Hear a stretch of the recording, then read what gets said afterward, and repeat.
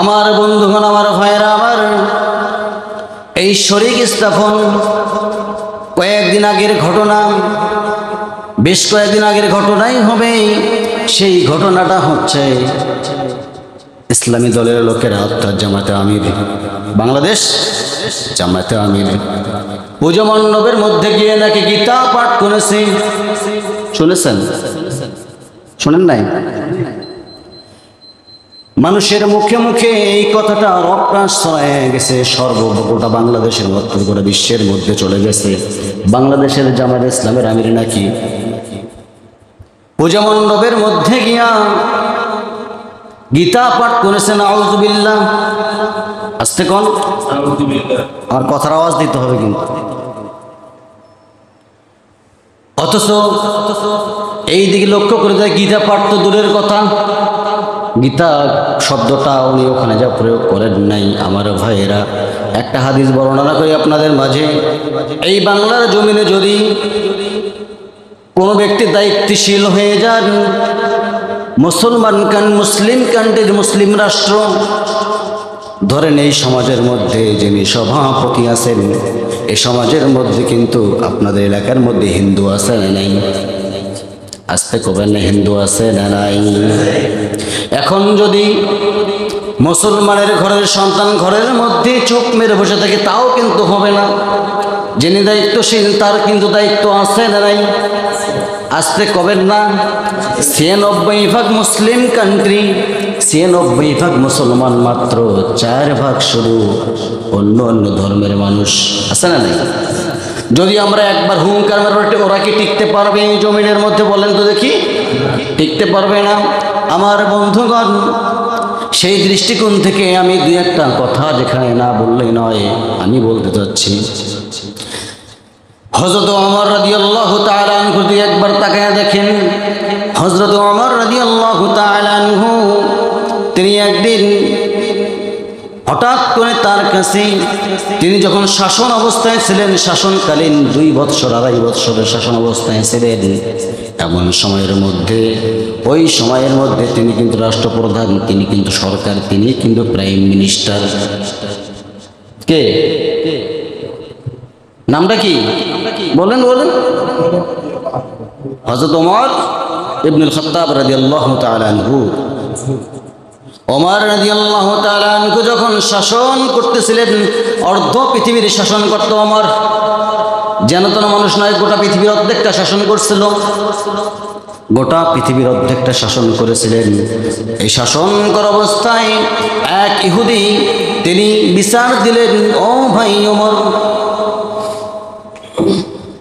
আপনি দেশের রাজা, আপনি অর্ধা পৃথিবীর শাসনকর্তা, আপনার দায়িত্ব হলো, যেহেতু আপনি মুসলমানদের নেতা, যেহেতু আমাদের এখানে শক্তি কম, আমরা কিছুই বলতে পারবো না, বিচার শুধুমাত্র কেবলমাত্র আপনাকেই দিতে চাচ্ছি। হযরত ওমর রাদিয়াল্লাহু তাআলা আনহু বললেন, কি বিচার? ওমর বললেন, কি বিচার? বিচারটা আমার সামনে ডিসপ্লে করুন। ওই ইহুদি বললেন, ভাই ওমর, আমাদের পূজা মণ্ডপ হয় না, কি হয় না, সেটা আপনারা তো দেখতেও যান না হয়তো বা। ওমর বললেন, না না না, আমি খোঁজ খবর রাখি, যেহেতু আমি রাষ্ট্রের প্রধান, যেহেতু আমি সরকার, যেহেতু আমি এই দেশের প্রাইম মিনিস্টার, শুধু এই দেশের নয়, গোটা বিশ্ব জুড়ে আমি একজন দায়িত্বশীল। আমার খোঁজ খবর নেওয়ার পূর্বেই যদি কোনো এক জায়গার মধ্যে, কোনো একটা মরুভূমির মধ্যে একটা কুকুর যদি না খেয়ে দুনিয়া থেকে বিদায় হয়ে যায়, সেই জবাবটা ওমরের আল্লাহর দরবারে দিতে হবে। সেই জবাবটাও আল্লাহর দরবারে ওমরকেই দিতে হবে। আমার ভাইয়েরা, আমার একটা কুকুর যদি না খেয়ে মারা যায়, তাহলে সে জবাবটা যদি ওমর দিতে পারে, আপনার কি প্রশ্ন আছে? আপনি থ্রো করেন আমার সঙ্গে, আমার সঙ্গে বলেন, আমার সামনে বলেন। ওই ইহুদি বললেন, ভাই, আমার একটা মূর্তি ছিল, সেই মূর্তিটা কে বা কাহারা আমি দেখি নাই, জানি না কে বা কাহারা সেই মূর্তিটাকে একটা নাক, একটা মাত্র নাকের অর্ধেকটা ভেঙে দিয়েছে। ওমর রাদিয়াল্লাহু তাআলা আনহু বললেন, আপনি কি দেখেছেন ওই লোকটিকে?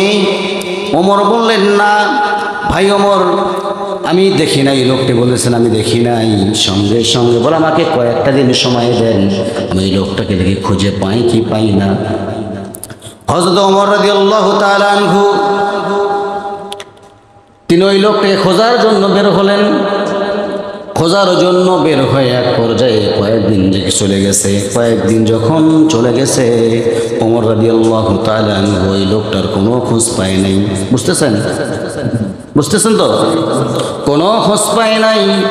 খোঁজ না পেয়ে এক পর্যায়ে ওই ইহুদির সামনে এসে বলতেছেন, ভাই আপনাকে আমি একটা কথা বলি, সেই কথাটা হচ্ছে যে চোর যে আপনার মূর্তির নাকটা কেটে নিল তার তো আমি সন্ধান পেলাম না।